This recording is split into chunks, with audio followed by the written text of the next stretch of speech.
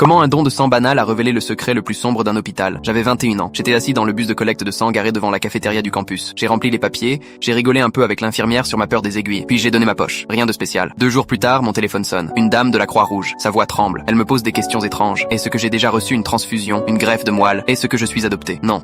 Puis elle balance la bombe. Sur ma carte, je suis noté O négatif, mais mon sang ressort AB positif. J'ai dit, c'est impossible. Elle insiste. Va refaire une analyse chez ton médecin. Je le fais. Même résultat, AB positif. Sauf que toute ma vie, sur chaque dossier médical, chaque certificat, c'était marqué O négatif. Le soir même, je panique. J'appelle ma mère. Je lui demande si elle m'a jamais caché quelque chose à propos de ma naissance. Elle se fige. Silence long. Puis elle dit seulement, tu étais très malade à la naissance. On a failli te perdre. Mais tu as survécu. C'est tout ce qui compte. Sa voix me glace. Je décide d'aller plus loin. Je demande mes dossiers de naissance à l'hôpital. Ils m'embrouillent pendant des semaines. Impossible de les trouver. Il manque des papiers. J'ai fini par menacer de prendre un avocat. Finalement, il me donne un petit dossier tout maigre. Dedans, rien ne colle. Le bébé sur ses papiers a ma date de naissance, mais pas le même poids, pas la même date de sortie, pas le même groupe sanguin. Même la photo du bracelet paraît bizarre. Presque moi, mais pas vraiment. Je continue de lire et là je tombe des nues. Cette nuit-là, 2 bébés sont nés dans la même aile, à 5 minutes d'écart. Les 2 envoyés en soins intensifs, notés bébé A et bébé B. L'un des 2 est mort. Mais sur l'acte de décès, c'est mon nom. J'ai passé 1 mois au tribunal à fouiller les archives. J'ai trouvé une plainte contre l'hôpital, vieille de 22 ans, déposée par un couple dont le nouveau-né était décédé. Dossier classé secret, mais ça parlait de circonstances suspectes et de négligence. J'ai de nouveau affronté mes parents. Cette fois, je lâchais pas. Après des heures à les cuisiner, ma mère a craqué. Elle m'a avoué. L'hôpital leur avait dit que leur fils était mort. Ils avaient commencé à préparer l'enterrement. Puis l'hôpital a rappelé. Erreur d'identification. Ils leur ont rendu moi. Sauf que j'étais pas leur enfant. J'ai fait un test ADN. Résultat clair. 0 lien biologique. Mes vrais parents étaient vivants, mariés, et toujours hantés par ce qui était arrivé à leur bébé. Quand je les ai trouvés et que je leur ai expliqué, ils ont pleuré 3 heures sans s'arrêter. L'hôpital a tenté d'acheter notre silence. On a refusé. On voulait la vérité. C'est une ancienne infirmière qui a fini par nous contacter par avocat. Retraitée. Plus rien à perdre. Elle m'a laissé un message vocal que je n'oublierai jamais. Cette nuit-là, c'était le chaos. 2 bébés ont fait un arrêt. Un est revenu, l'autre pas. Dans la panique,